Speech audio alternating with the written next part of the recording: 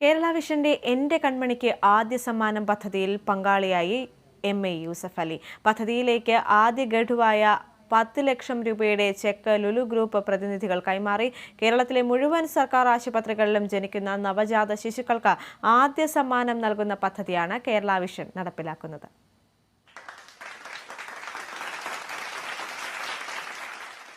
കേരളത്തിലെ 88 സർക്കാർ ആശുപത്രികളിൽ ജനിക്കുന്ന 1 ലക്ഷം കുരുന്നുകൾക്ക് സൗജന്യമായി ആരോഗ്യവകുപ്പിന്റെ അംഗീകാരമുള്ള ബേബി കിറ്റുകൾ നൽകുന്നതാണ് കേരള വിഷന്റെ എന്റെ കൺമണിക്ക് ആദ്യ സമ്മാനം എന്ന പദ്ധതി.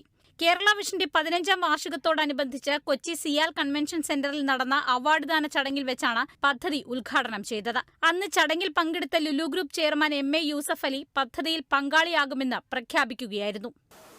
പാവപ്പെട്ട കുട്ടികൾക്ക് ഒരു കിറ്റ് കൊടുക്കുന്നു എല്ലാ ഹോസ്പിറ്റലും അല്ലേ, അതിൻ്റെ ലോഗോയാണ് ഞാൻ ഉദ്ഘാടനം ചെയ്തത്. അത് കേട്ടപ്പോഴാണ് ഞാൻ ഇങ്ങോട്ട് വരാൻ തന്നെ തീരുമാനിച്ചത്. അല്ലാണ്ട് അവാർഡ് കൊടുക്കാൻ ഞാൻ അനർഹനാണ്. എന്തായാലും അതിന് എൻ്റെ ഒരു ഭാഗവാക്ക് അതിലുണ്ടാകും. പാവപ്പെട്ട കുട്ടികൾക്ക് നിങ്ങൾ കൊടുക്കുന്ന കിറ്റിൽ യൂസഫ് അലിയുടെ വക എന്തെങ്കിലും ഉണ്ടാവും, നിങ്ങൾ വിഷമിക്കേണ്ട.